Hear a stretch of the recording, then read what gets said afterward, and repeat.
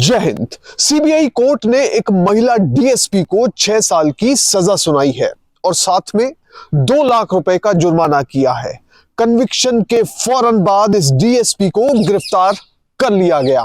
Judgement देते हुए माननीय कोर्ट ने कहा कि भ्रष्टाचार की जड़ इतनी गहरी हो चुकी है कि लोग काम करवाने के लिए रिश्वत को जरूरी मानने लगे हैं, जो कि एक अच्छी बात नहीं है।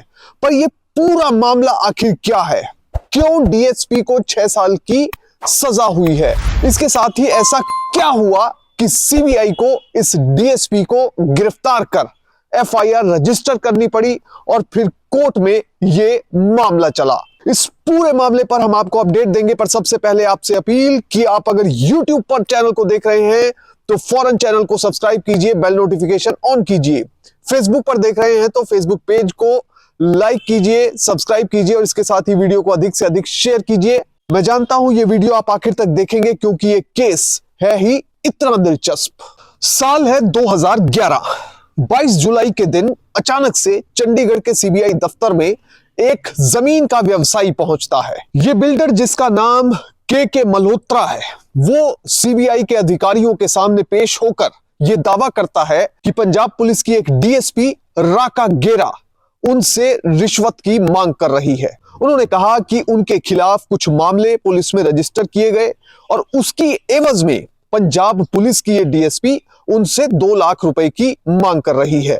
इसलिए उन्होंने सीबीआई से कहा कि मुझे इस डीएसपी से निजात दिलवाई जाए, भ्रष्टाचार से निजात दिलवाई जाए। उसके बाद सीबीआई ने इस मामले को अपने हाथ में ले लिया। पर इस बीच इस बिल्डर की डीएसपी के साथ कथित तौर पर नेगोशिएशन लगातार चल रही थी और नेगोशिएशन के दौरान ही पैसे को घटाकर, यानी कि जो पैसे डीएसपी मांग रही थी उसको घटाकर 1 लाख रुपया कर दिया गया। अब इस बिल्डर को 1 लाख रुपया डीएसपी को देना था। इस बीच जब सीबीआई के पास कंप्लेंट पहुंची तो सीबीआई ने प्रीलिमिनरी इंक्वायरी यानी कि प्राथमिक जांच शुरू कर दी। प्रीलिमिनरी इंक्वायरी एक ऐसी प्रोसेस है जिसमें कि कोई भी जांच एजेंसी जहां पर कोई शिकायत दी जाती है वो पहले यह चेक करती है कि क्या इस शिकायत के ऊपर एफआईआर दर्ज की भी जा सकती है या नहीं की जा सकती, क्योंकि कोर्ट का समय बहुत कीमती है। अगर एफआईआर रजिस्टर हुई तो कोर्ट में मामला जाएगा, तो कोर्ट में मामला जाने के लिए सब्सटेंशियल एविडेंस यानी कि ठोस मात्रा में सबूतों की, गवाहों की जरूरत पड़ती है। तो इसलिए पहले जांच एजेंसी ये तय करती है कि क्या मामले में जान है भी या नहीं, क्या जो आरोप लगाए जा रहे हैं वो सही है भी या नहीं। तो सीबीआई ने इस मामले को लेकर अपने लेवल पर वेरीफाई किया और उसके बाद संतुष्ट हो गए जांच एजेंसी के अधिकारी कि इस मामले में एफआईआर रजिस्टर की जा सकती है। अब जो शिकायत दी गई थी वो ना सिर्फ डीएसपी के खिलाफ बल्कि डीएसपी की रीडर मनमोहन सिंह के खिलाफ भी दी गई थी। सीबीआई में शिकायत देने के 3 दिन बाद रिश्वत देने का दिन तय किया जाता है और यह रिश्वत कथित तौर पर दी जानी थी डीएसपी के घर पर। चंडीगढ़ के सेक्टर 15 में पॉश इलाके में डीएसपी की कोठी थी जहां पर यह रिश्वत देनी तय की गई। उसके बाद यह कंप्लेनेंट के मल्होत्रा डीएसपी राका गेरा के घर पर पहुंचता है। 1 लाख रुपए जैसे ही उसने डीएसपी को थमाए, उसके बाद सीबीआई की टीम फौरन मौके पर पहुंचकर डीएसपी को रंगे हाथों गिरफ्तार कर लेती है। अब इस गिरफ्तारी के बाद घर की तलाशी भी ली गई। जब घर की तलाशी ली गई तो सीबीआई के अधिकारी हैरान रह गए। अगर सिर्फ भ्रष्टाचार के मामले की बात की जाए तो सीबीआई के पास पहले ही काफी फुटेजेस, ट्रांसक्रिप्ट, कॉल रिकॉर्डिंग ऐसी थी जिनके आधार पर यह गिरफ्तारी आराम से की जा सकती थी। रंगे हाथों पकड़ लेने के बाद सीबीआई के पास अब ठोस सबूत हो गया था कोर्ट में पेश करने के लिए। पर जब घर पर गिरफ्तारी हुई तो उस दौरान घर की सर्च भी की गई। सर्च करने के दौरान घर से रिपोर्टेड फैक्ट्स के मुताबिक 1 करोड़ से ज्यादा का कैश बरामद हुआ और शुरुआत में जब सीबीआई के अधिकारी पैसा गिनने लगे तो उन्हें पैसा गिनने में इतनी परेशानी आई कि नोट गिनने की मशीन मंगवानी पड़ी। नोट गिनने की मशीन के जरिए पैसे को गिना गया और उसके बाद जो बाकी की सर्च हुई उसमें 53 यानी 53 बोतल इंपोर्टेड शराब की बरामद की गई। बड़ी संख्या में घर पर कारतूस बरामद हुए, वो भी AK-47 के, और 32 बोर जर्मन मेड रिवॉल्वर बरामद हुई। एक डबल बैरल गन बरामद हुई, बड़ी संख्या में हथियार बरामद हुए और इसके साथ ही बहुत ज्यादा प्रॉपर्टी के कागज बरामद हुए। अब जो हथियार और कारतूस बरामद हुए उसे देखकर सीबीआई के अधिकारियों को लगा कि यह मामला चाहे भ्रष्टाचार से जुड़ा हुआ नहीं है, पर यहां पर कानून का उल्लंघन सीधे तौर पर हुआ है। अगर किसी हथियार का लाइसेंस एक व्यक्ति के पास नहीं है तो वो किसी भी पद पर बैठा है तो उसको सजा होनी चाहिए, उसके खिलाफ मामला रजिस्टर होना चाहिए। इसलिए सीबीआई के एक इंस्पेक्टर को भेजा गया चंडीगढ़ के सेक्टर 11 स्थित पुलिस थाने में। वहां पर आर्म्स एक्ट के तहत इस डीएसपी के खिलाफ एक मामला रजिस्टर करवाया गया, जिसकी जांच चंडीगढ़ पुलिस ने अपने लेवल पर की। आर्म्स एक्ट के इस मामले में इस महिला डीएसपी को साल 2017 में न्यायिक मजिस्ट्रेट द्वारा 1 साल की सजा दे दी गई। अब उसके बाद अपील दायर की जाती है सेशन कोर्ट में। सेशन कोर्ट में जब अपील आती है तो उसके बाद मामले को फिर से सुना जाता है और फिर फाइनली साल 2019 में सेशन जज की कोर्ट ने इस मामले में डीएसपी को दोष मुक्त कर दिया, यानी कि एक्विट कर दिया। अब एक मामला खत्म हो चुका था कोर्ट से, मगर दूसरा मामला पैरेलल तौर पर कोर्ट में चल रहा था। वो था भ्रष्टाचार का मामला। करप्शन केस की अगर बात की जाए तो इस मामले में सीबीआई ने गंभीरता से जांच की। 49 गवाह तैयार किए गए, यानी विटनेस तैयार किए गए।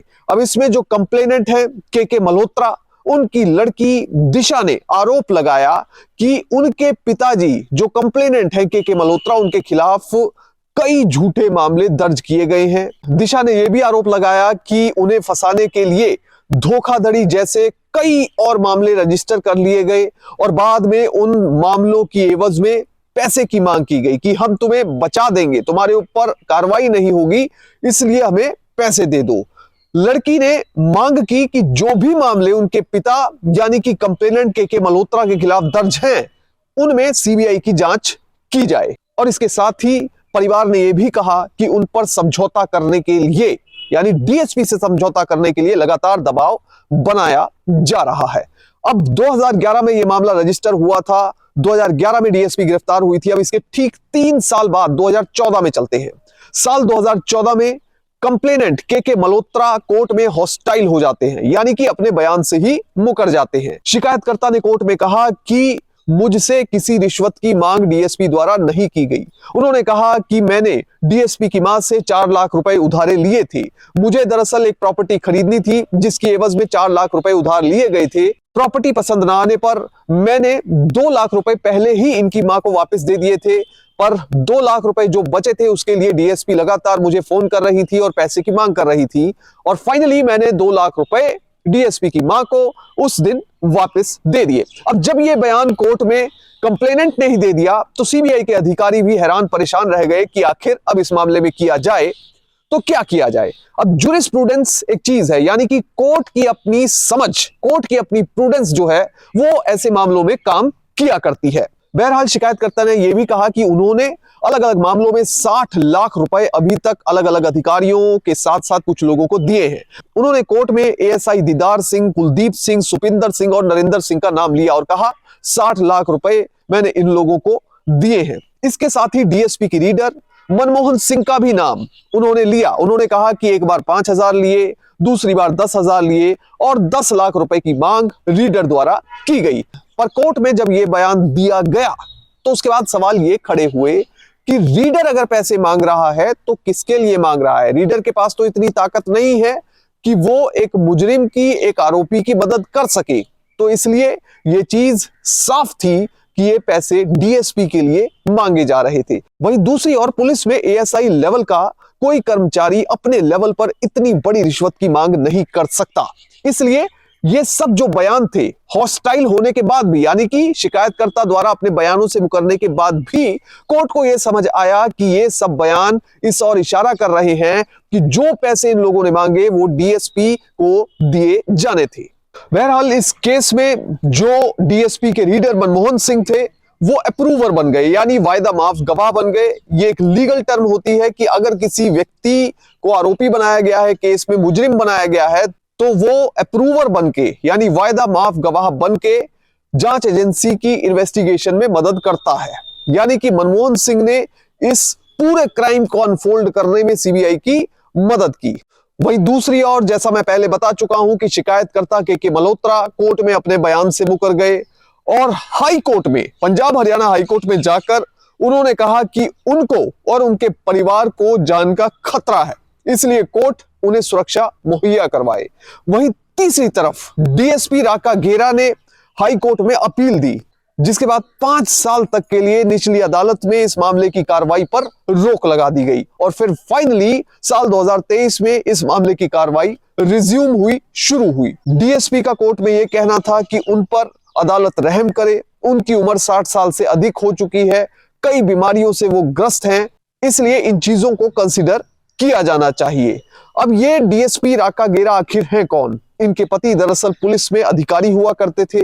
ड्यूटी के दौरान हस्बैंड की मौत के बाद कंपैशनेट ग्राउंड पर इनको पुलिस में सब इंस्पेक्टर के तौर पर साल 1999 में नौकरी दे दी गई, जिसके बाद प्रमोशन पाकर ये पुलिस में डीएसपी के पद पर पहुंच गई।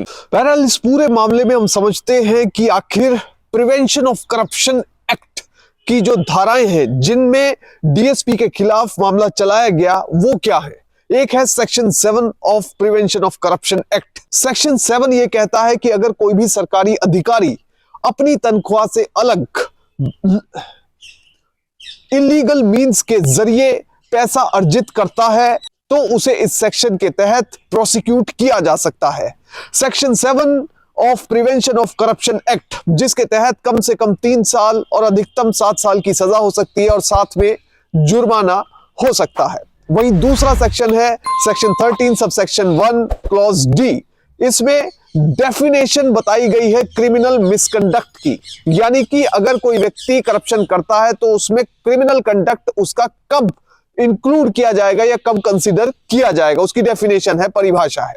Section 13 sub section 2 of prevention of corruption act, इसमें मिनिमम 1 साल और अधिकतम 7 साल की सजा का प्रावधान है। बहरहाल इस मामले से यह जरूर हमें सीखने को मिलता है कि कोई भी व्यक्ति, पुलिस अधिकारी हो, सिविल सर्वेंट हो या फिर कोई और इन्फ्लुएंशियल व्यक्ति, अगर उसने क्राइम किया है तो कानून सबको बराबर दृष्टि से देखता है। जय हिंद।